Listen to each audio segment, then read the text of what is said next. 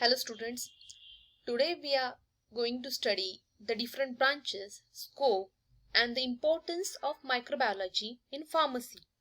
So before starting this, let's have a content of today's topic. Objective, branches of microbiology, scope of microbiology, importance of microbiology in pharmacy, difference between the prokaryotes and eukaryotes. First, objective.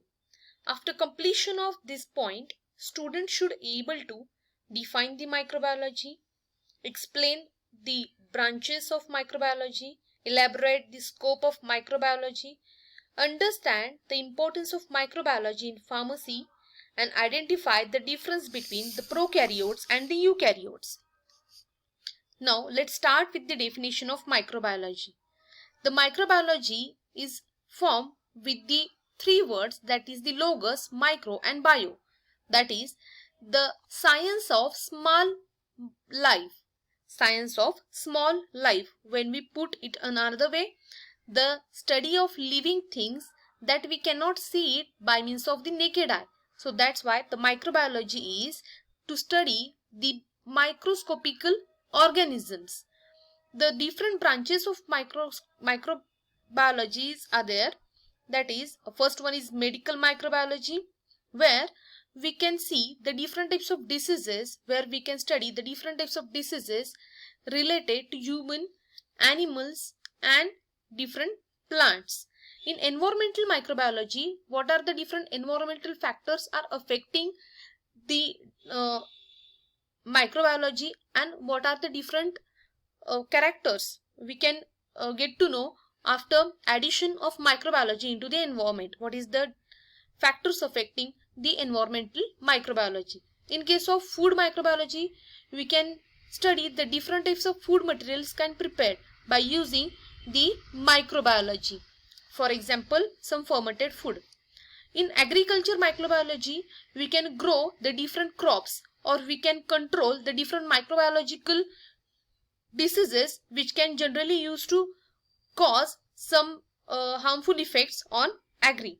In pharmaceutical microbiology, where we can study how to prepare different types of medicines by using some microorganisms like bacteria and viruses, and we can also study the different types of sterilization methods, different disinfectant methods and so on. In genetical engineering, we can study the genetics of microorganisms by means of which we can study the different factors we can generally use for the medicinal purpose and we can use them for treatment of various kind of diseases. Now the scope of microbiology. Before starting the scope, we need the microbiology in our day-to-day life. The microorganisms play an important role in our sustained life on this planet and our daily life through the following activity. A very first one is transformation of matter. Now in microorganisms degrade dead organic matter and return the atmosphere in organic form. In inorganic form. They complete the cycle of matter and responsible for transformation of carbon, nitrogen, sulfur and other important elements which are essential for life. The biological nitrogen fixation. The second important thing in case of microbiology, the fixed nitrogen from atmosphere and make available to the plants in usable form. Important microorganisms under this category include Rhizobium, Azotobacter. Third one, mycorrhiza. The association of roots, it may be plants with fungi, forms composite structure called mycorrhiza. The fungus helps in absorption of mineral salts from soil and plant in the turns, provides carbohydrate for the growth of fungus. Biogas. The animal waste products and the cellulose containing waste is fermented by the microorganism. The animal excreta can preserve into rooting sediment and the methane gas so form is used as a fuel. Industrial use. The different microorganisms are used for production of wide range of products in industrial scale. These include the alcoholic beverages, antibiotics, enzymes, and pharmaceuticals. Composites. The decomposition of organic matter of microorganisms are converted it into nutrient-rich manure is called as or known as composites. So these are some other importance, or we can say that these are other applications we can generally use in our day-to-day life. Now what are the scope of microbiology? Depending upon their scope of different field, the major areas of applied microbiology are the food microbiology. The microorganisms important with respect to food, like food fermentation, food spoilage, food poisoning, food preservation, are studied in this area. In case of industrial microbiology, the microbial production useful product like antibiotic, fermented beverages, alcohol, industrial chemicals, organic acids, enzymes, hormones are studied under this area. In medical microbiology, beside their usefulness, microorganisms are causal agents of several diseases of plant, animal, and human being. Many diseases are caused by viruses also. The medical microbiology deals with study on causative agent of diseases, diagnostics procedures, identification of disease causing organism, development of effective vaccines and preventive measures. Then exomicrobiology. It deals with the exploration of existence of biomolecules and microbial life in the outer space. Then geochemical microbiology. Prospects of deposit of coal, mineral and gas, recovery of minerals from low grade ores, seawater, mining operations, coal, mineral and gas formation are exploration and studied in this area. Molecular biology. It is the program of interpreting the specific structure and function of organism in terms of their molecular structure. Microorganisms have been used as a tool to explore fundamental life process because of many advantages. Their fast rate reproduction, their growth can be easily manipulated, and live cells can be studied in terms of specific chemical reaction. The specific product and specified structure are involved in it. The genetic engineering and biotechnology. This is an important development in applied molecular biology which refers to the human capability to alter the genetic makeup of an organism. It has been possible because of the detailed knowledge of structure and function of DNA and discovery of restriction enzymes which can be cleaved or cut the DNA at a specific site along the chain length. Use of genetically engineered microorganisms has opened great potential for production of drugs, vaccine, improvement of agricultural crops, etc. Environmental microbiology.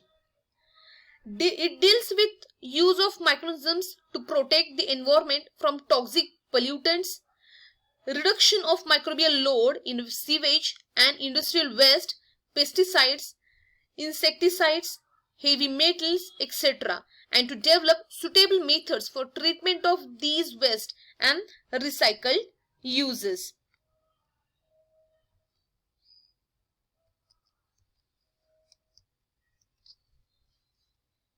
Now, the application or the importance of microbiology in pharmacy. Why we are learning microbiology in pharmacy? Now, there are vast use of microbiology in pharmacy. Some of them is, very first, there is the preparation of vaccines. The vaccines are generally used in human beings. So all these vaccines are used to prepared by means of using the microorganisms. For example, bacteria and viruses. The second one, production of antibiotic. Whatever the disease caused by the bacteria are easily killed by using the antibiotics. This production of antibiotic is the major industry in India. Then probiotics. The probiotics are generally used to increase the microbial flora in the human being. Then enzyme production. Various types of enzymes can be prepared as a byproduct in microorganisms. So these production of enzyme can be useful in human beings too. Production of vitamins. Vitamins also can be produced by the different microorganisms, and these production of vitamins are the major industrial purpose, and we can use it in a day-to-day life. The diagnosis of diseases.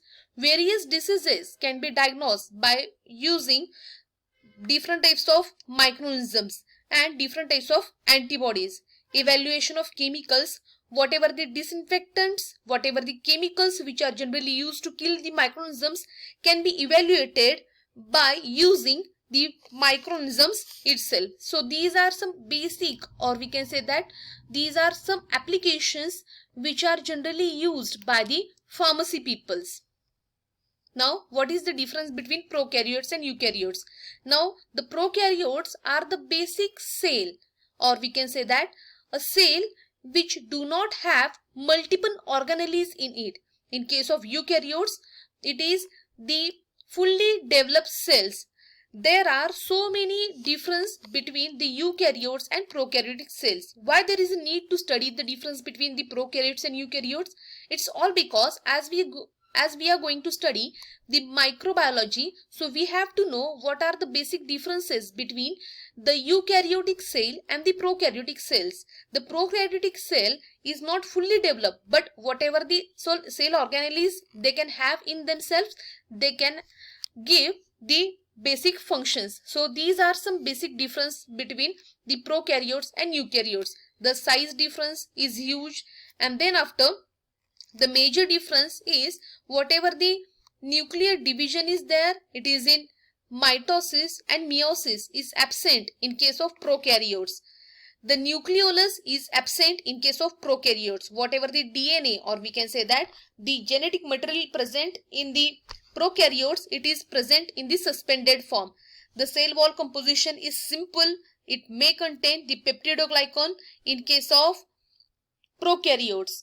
In case of flagella, pili, fimbriae, these are the external organs. They are simply present on the prokaryotes, which are absent in the eukaryotes. All these organisms are generally used for prokaryotes for the movement or transfer of genetic material from one organism to another organism. So these are some basic difference between the prokaryotes and eukaryotes. Now, the basic terms related to microbiology are the pathology or the pathogens. Pathogens are the disease causing microorganisms, and the pathology is the study of disease.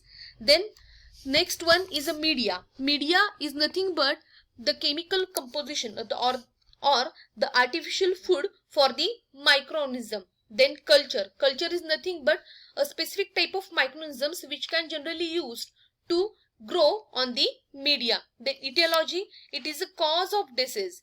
Then endemic, the constantly present disease. Okay, whatever the disease is there, it is constantly present in that specific area. Then epidemic, the epidemic diseases are suddenly spike in a prevalence. And the last but not the least is pandemic, as we are survive in this kind of era nowadays in case of corona, that is the pandemic. The pandemic disease that is present, the epidemic, or we can say that the diseases that can occur all over the world. So this is it for today's session. Thank you.